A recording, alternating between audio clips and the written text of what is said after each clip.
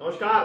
पश्चिम बंगाल सरकार द्वारा प्रस्तुत किया गया अपराजिता महिला और बाल विधेयक 2024 राज्य की कानूनी और सामाजिक व्यवस्था में एक महत्वपूर्ण मोड़ साबित हो सकता है।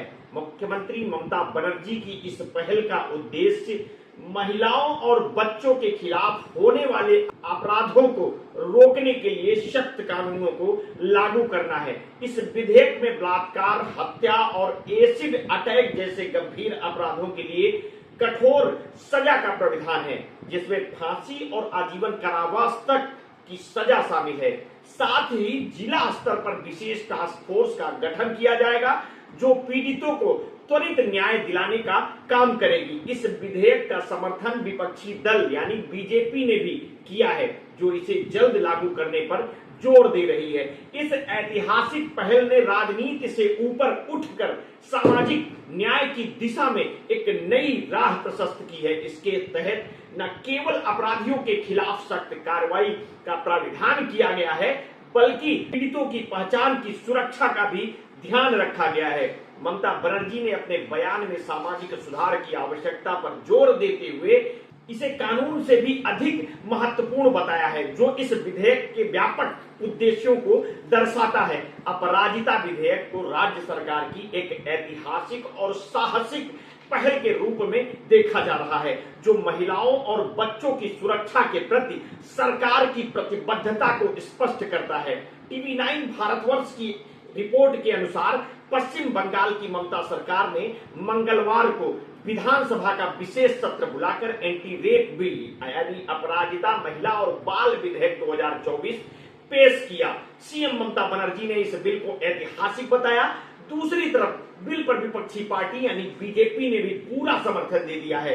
बीजेपी ने कहा कि बिल जल्द लागू हो। पश्चिम बंगाल की मुख्यमंत्री ममता बनर्जी ने विधानसभा में विशेष सत्र बुलाकर एंटी रेप बिल पेश किया, जिसके बाद सभा में इस बिल पर चर्चा शुरू हुई। सीएम ममता ने इस बिल को ऐतिहासिक बताया। साथ ही सीएम ने कहा कि हम चाहते हैं कि सीबीआई इंसाफ दिलाए।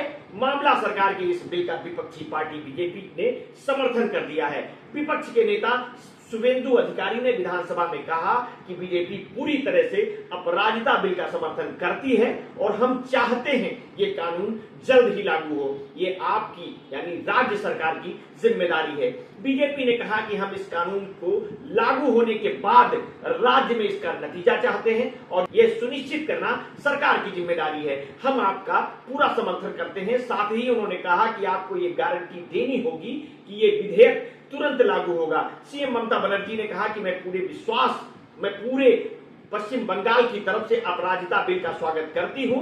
उन्होंने इस बिल को ऐतिहासिक बताते हुए कहा है कि 3 सितंबर 1981 को यूएन ने महिलाओं पर होने वाले अत्याचारों के खिलाफ कदम उठाया और महिलाओं के साथ होने वाले भेदभाव के लिए सम्मेलन की शुरुआत की। सीएम ने कहा इस ऐतिहासिक तारीख को मैं सबका इस बिल को स्वीकार करने के लिए स्वागत करती हूं। साथ ही उन्होंने कहा कि मैं पीड़िता के प्रति संवेदना व्यक्त करती हूं, जिसके साथ ही ऐसे गंभीर अपराध हुए और उनकी मृत्यु हो गई। ममता बनर्जी ने कोलकाता रेप मर्डर केस को लेकर कहा है कि इस रेप के दोषियों के खिलाफ सख्त एक्शन की मांग करते हैं। ये एक गंभीर अपराध है। साथ ही उन्होंने कहा कि कोई समाज नहीं हो सकता जहां महिलाओं का सम्मान ना किया जाए। अपराजिता बिल के अंदर क्या क्या होगा ये भी आप जान लीजिए। इस बिल के अंदर रेप हत्या के केस में फांसी का प्रावधान होगा। अपराजिता बिल के अंदर मामले की चार्जशीट दायर करने के 36 दिन के अंदर आरोप साबित हो जाने के बाद दोषी को फांसी की सजा दे दी जाएगी। इस बिल के तहत हर जिले में महिलाओं के लिए अपराजिता टास्क फोर्स बनाई जाएगी। Task force rape, acid attack या छेड़छाड़ के मामलों में कार्रवाई करेगी। एसिड अटैक के मामलों में भी सख्त सजा दी जाएगी। एसिड अटैक के अपराध पर बिल में आजीवन कारावास की सजा देने का प्रावधान है। साथ ही बिल में प्रावधान है कि पीड़िता की पहचान उजागर करने वाले के खिलाफ भी सख्त एक्शन लिया जाएगा। सीएम ममता बनर्जी ने बताया कि 9 अगस्त को जिस दिन कोलकाता के आरजीकर मेडिकल कॉलेज में जूनियर डॉक्टर के साथ रेप हुआ और उसकी हत्या कर दी गई, वो उस समय झारग्राम में थी। उन्होंने कहा कि जब तक ये केस कोलकाता पुलिस के हाथ में था तब तक मैं झारग्राम में थी। घटना की जानकारी मिलते ही उन्होंने पीड़िता के परिवार से मुलाकात की। साथ ही सीएम ने कहा कि केस को सीबीआई को सौंपने से पहले मुझे रविवार तक समय चाहिए था। मेरी पुलिस एक्टिव थी। सीएम ने कहा, हम चाहते हैं कि सीबीआई मामले की जांच करे और पीड़िता को इंसाफ दिलाए। सीएम ममता बनर्जी ने बिल को पेश करने के बाद विपक्षी पार्टी बीजेपी से कहा कि हम चाहते हैं कि बीजेपी गवर्नर सीबी आनंद बोस से कहें कि वे फौरन इस बिल को पास करें। साथ ही उन्होंने कहा कि केंद्र सरकार ने साल 2013 में राज्य के सारे फास्ट ट्रैक कोर्ट के लिए राशि देने पर रोक लगा दी थी। सीएम ने बताया कि राज्य में 88 फास्ट ट्रैक कोर्ट मौजूद हैं। उन्होंने राज्य में मौजूद कोर्ट को लेकर कहा कि महिलाओं के लिए बंगाल में अलग से कोर्ट है, यहाँ फास्ट ट्रैक कोर्ट है जिसमें 7000 केस पेंडिंग है। राज्य सरकार तेजी से केस की जांच कर रही है, लेकिन कोर्ट से इंसाफ मिलने में देरी हो रही है। सीएम ममता बनर्जी ने कहा कि मुझे प्रधानमंत्री की तरफ से कोलकाता रेप केस पर किसी तरह की प्रतिक्रिया नहीं मिली है। बीजेपी पर निशाना साधते हुए कहा कि बीजेपी कहती है कि पश्चिम बंगाल में ट्रेन में रेप जैसे अपराध होते हैं, तो मैं पूछना चाहती हूं कि अगर पश्चिम बंगाल में ट्रेन में रेप होते हैं तो क्या पश्चिम बंगाल की सरकार उसकी जिम्मेदार है? रेल को कौन कंट्रोल करता है? साथ ही उन्होंने कहा कि बीजेपी उन्नाव और हाथरस की बात क्यों नहीं करती है। ममता बनर्जी ने इस पर जोर देते हुए कहा कि रेप जैसे अपराध को खत्म करने के लिए जितना कानून जरूरी है उतना ही सामाजिक सुधार भी महत्व रखता है। कहा, रेप जैसे अपराध को रोकने के लिए सामाजिक सुधार की जरूरत है।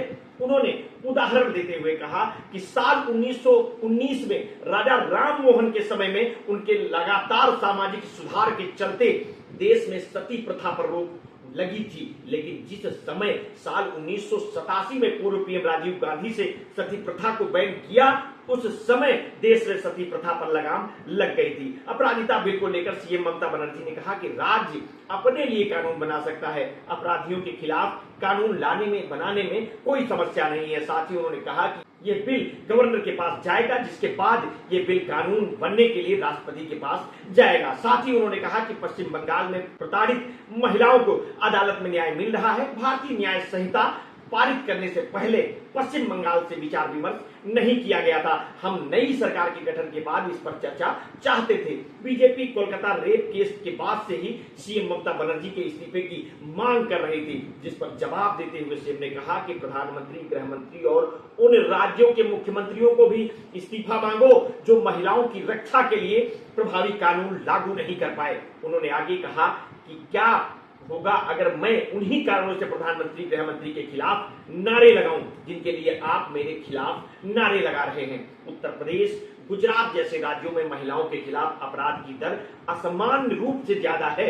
बीजेपी विधायक अग्निमित्रा पाल ने अपराधिता बिल का समर्थन किया। उन्होंने कहा कि मैं इस बिल का समर्थन करती हूं क्योंकि मैं एक मां हूं, एक बेटी हूं, मेरी बच्ची है और मैं एक औरत हूं। अग्निमित्रा पाल ने कहा कि मैं वादा करती हूं कि अगर अपराधिता बिल लागू होने के बाद भी मामले में सीबीआई कुछ नहीं करेगी तो हम सीबीआई के खिलाफ प्रदर्शन करेंगे। आगे के अपडेट के लिए आप हमारे साथ जुड़े रहिए। समय समय पर हम आपको अपडेट देते रहेंगे। आपने अगर अभी तक हमारे इस चैनल को सब्सक्राइब नहीं किया तो कर लीजिए। बेल आइकन दबाना न भूलिए। अपने स्वास्थ्य के प्रति सचेत रहिए, सजग रहिए, अपना ध्यान रखिए। बहुत बहुत धन्यवाद। साधुवाद।